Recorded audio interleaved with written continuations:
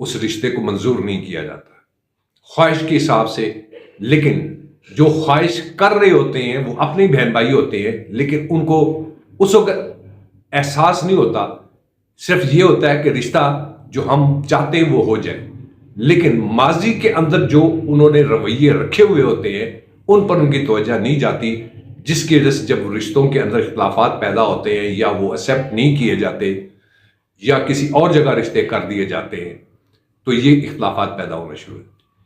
اس پر تقریباً جو میری اپنی سوچ کہتی ہے یا جو میں محسوس کرتا ہوں اپنے دوست احباب کے حوالے سے بھی، جب انٹریکشنز ہوتے ہیں، کوئی پریشان ہوتا ہے یا کوئی مشورہ کرتا ہے تو مشورہ اسی سے کیا جاتا ہے نا جو مخلص ہوتے ہیں یا جن پر اعتماد ہوتا ہے، تو اس اعتماد کی بیس پر وہ رشتے بنتے ہیں. اس حوالے سے جو میں عرض کروں، ہم سب کو اپنے رویوں پر اس نظر سے دیکھنا چاہیے کہ جب یہ آگے رشتے جب بڑھیں گے تو وہ رشتے مضبوط اور توانا ہونے چاہیے، کمزور نہیں ہونے چاہیے.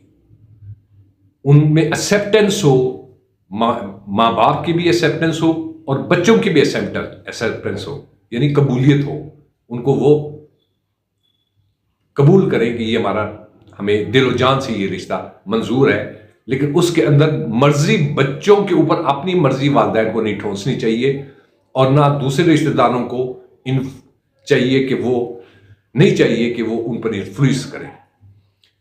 جو رشتے انڈرسٹینڈنگ کی بنیاد پر پیار محبت کی فضا میں جو کیے جاتے ہیں تو ان کی بچوں کی زندگی جو آنے والی ہوتی ہے اس پر بڑے مثبت اثرات پیدا ہوتے ہیں اور وہ ایک خوشیوں سے بھرپور زندگی گزارتے ہیں.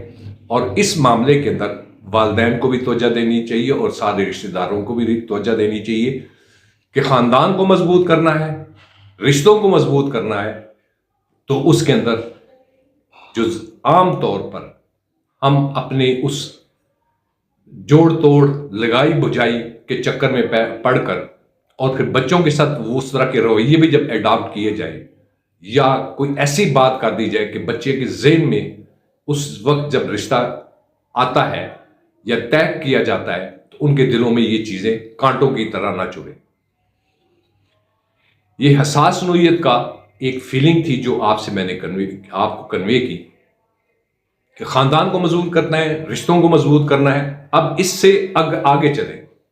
اسی طرح اب معاشرے کے اندر آپ کے جو رشتے بنتے ہیں دوستوں کے حساب سے یا مختلف جو رشتے بنتے ہیں اس کے اندر بھی یہی رویے بڑے کاؤنٹ ہوتے ہیں کہ آپ کا رویہ پیار محبت عزت احترام اور اخلاص والا ہے یا ٹیشو پیپر کی طرح کے یوز کیا پھینک دیا، تو وہ رشتے پائیدار نہیں ہوتے. اس لیے رشتوں کی قدر و قیمت کو، اہمیت کو اور احترام کو سمجھنے کی بے حد ضرورت ہے اور ضروری بھی ہے. خاندانوں کے اندر اگر یہ رشتے کیے جاتے ہیں، خاندانوں میں رشتے کرنے میں سب سے بڑی ایک خوبی کیا ہے؟ خوبی یہ ہے کہ خاندانی بیک گراؤنڈ کے حساب سے آپ جانتے ہیں کہ ہمارا خاندان کا مقام کیا ہے. دوسری طرف جب جاتے ہیں تو دوسری طرف جانے میں کئی رشتوں میں ایسے پتہ چلتا ہے کہ وہ رشتوں کے اندر خاندانی بیک گراؤنڈ بڑی کاؤنٹ ہوتی ہیں. پتہ چلتا ہے کہ جی بظاہر وہ خاندان کچھ اور تھا، بعد میں پتہ چلا یہ خاندان تو کچھ اور ہے. اس طرح کے مشاہدات میری نظر میں جب آئے تو میں نے اس وجہ سے مناسب سمجھا کہ جب بھی آپ رشتے کریں بچوں سے ضرور پوچھیں. یہ میں نے کئی دفعہ آپ لوگوں سے عرض بھی کی ہے اپنے ویلاگز کی شکل میں، ویڈیوز کی شکل میں.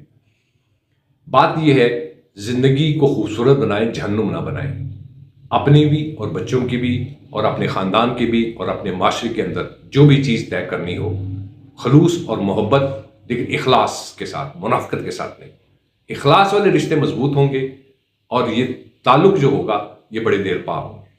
آخر میں اجازت چاہتا ہوں نیک دعاؤں کے ساتھ. اللہ تعالیٰ میں سمجھ کی توفیق ہم سب کو عطا فرمائے جس میں میں بھی اپنے آپ کو شامل کرتا ہوں. آمین ثم آمین.